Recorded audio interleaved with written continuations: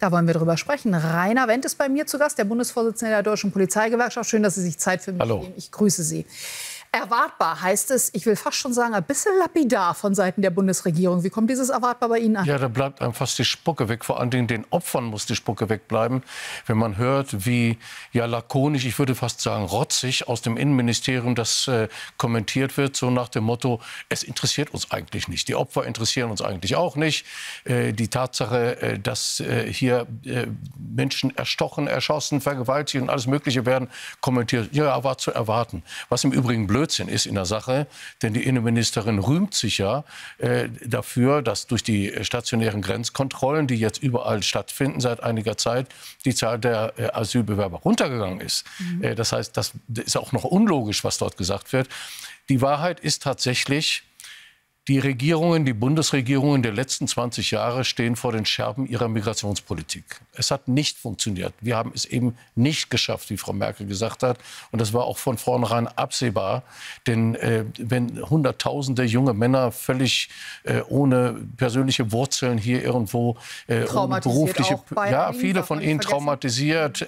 Da gibt es viele Attribute für, aber häufig auch mit einem Bild von Frauen ausgestattet, das nicht hierher gehört, dann kann das nur schiefgehen. Aber die Blauäugigkeit kennt ja keine Grenzen. Frau Baerbock ist ja immer noch damit beschäftigt, Menschen nach Deutschland zu bringen. Herr Wendt, was ich interessant in Anführungsstrichen finde, ist die gestiegene Zahl bei den türkischen Staatsangehörigen. Weiß man da, was die Hintergründe sind? Nein, weiß man nicht, weil dafür ist der Zeitraum auch noch zu kurz. Ist ja ein rasanter Anstieg.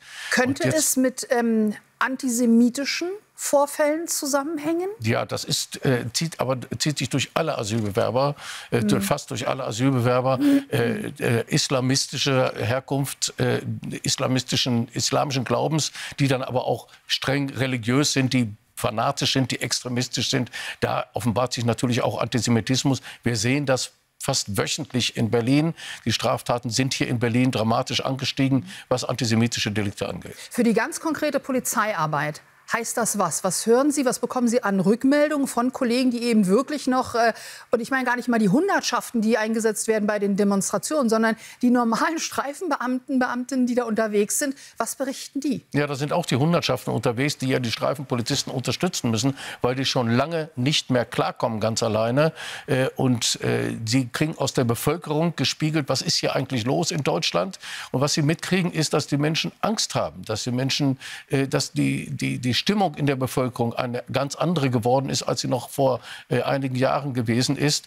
Und was sie auch mitkriegen, ist, dass die Menschen auch stinkesauer sind auf diese Art von Politik und auch auf diese Art von Ignoranz. Denn die Menschen haben auch natürlich eine große Angst. Wir wissen seit Anfang des Jahres, mehr als 40% der Menschen fühlen sich im öffentlichen Raum unsicher bis sehr unsicher. Das ist ein verheerender Befund für ein freies Land.